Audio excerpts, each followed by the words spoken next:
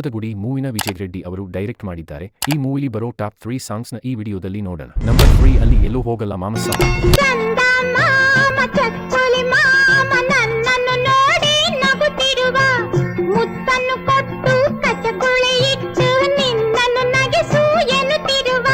Number 2 ಅಲ್ಲಿ ಅರರರೆ ಗಿಣಿರಾಮ ಸಾಂಗ್.